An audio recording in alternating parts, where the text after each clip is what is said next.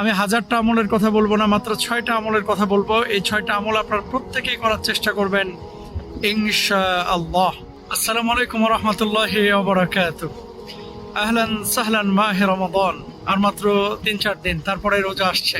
তো রোজা যেহেতু আসছে, আমলের মাস, ইবাদতের বসন্তকাল, সুবহানাল্লাহ। এই রমজান মাসে আপনারা কি করবেন কি করবেন না, অনেকে অনেক ধরনের প্ল্যান করছেন, তাই না? আমি 1000টা আমলের কথা বলবো না, মাত্র 6টা আমলের কথা বলবো। এই 6টা আমল আপনারা প্রত্যেকেই করার চেষ্টা করবেন ইনশাআল্লাহ। আল্লাহ সুবহানাহু ওয়া তাআলা পবিত্র কোরআনুল কারীমে বলছেন, কুতিবা আলাইকুমুস সিয়াম কামা কুতিবা আলাল লাযিনা মিন ক্বাবলিকুম লাআল্লাকুম তাত্তাকুন। যাতে করে আমরা মুত্তাকি হতে পারি, এজন্য আল্লাহ আমাদেরকে রোজা দিয়েছেন।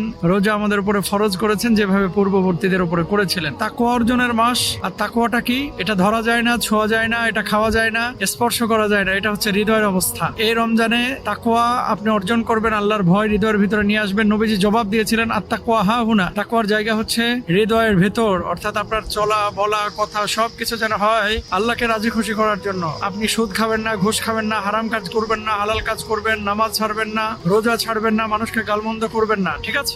1 নম্বর।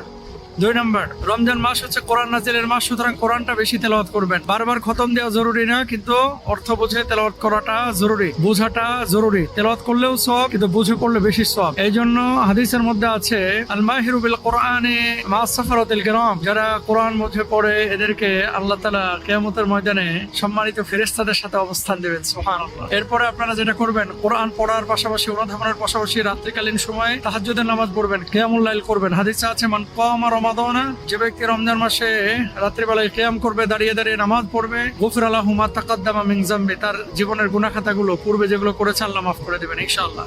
4 নাম্বার, তাওবাটা বেশি বেশি করবেন। আল্লাহ নবী বলছেন, ওয়াল্লাহি লা আস্তাগফিরুল্লাহ ওয়া আতুবু ইলাইহি আকতারা মিন 70 মাররাতান। প্রতিদিন তিনি 70 বারের বেশি তওবা করেছেন। অথচ আমাদের জীবনে কত গুনাহ, আমরা তওবা করি না। বেশি বেশি তওবা করবেন, আস্তাগফিরুল্লাহ আস্তাগফিরুল্লাহ আস্তাগফিরুল্লাহ পড়বেন। এরপরে হচ্ছে ইফতার সামনে নিয়ে দোয়া করবেন, আল্লাহুম্মা ইন্নাকা আফুউন তুহিব্বুল আফওয়া ফাআফু আন্না। এরপর আপনারা বেশি বেশি সাদাকা করবেন। নবীজি হাদিসে আছে, তিনি প্রবাহিত বাতাসের ন্যায় তিনি সাদাকা করতেন এই রমজান মাসে। তো আপনারাও করবেন ইনশাআল্লাহ তাআলা। নামাজ কেউ মিস করবেন না, সাহারি কেউ মিস করবেন না, রাত্রিকালীন সময়ের ইবাদত গুলো কেউ মিস করবেন না ইনশাআল্লাহ তাআলা।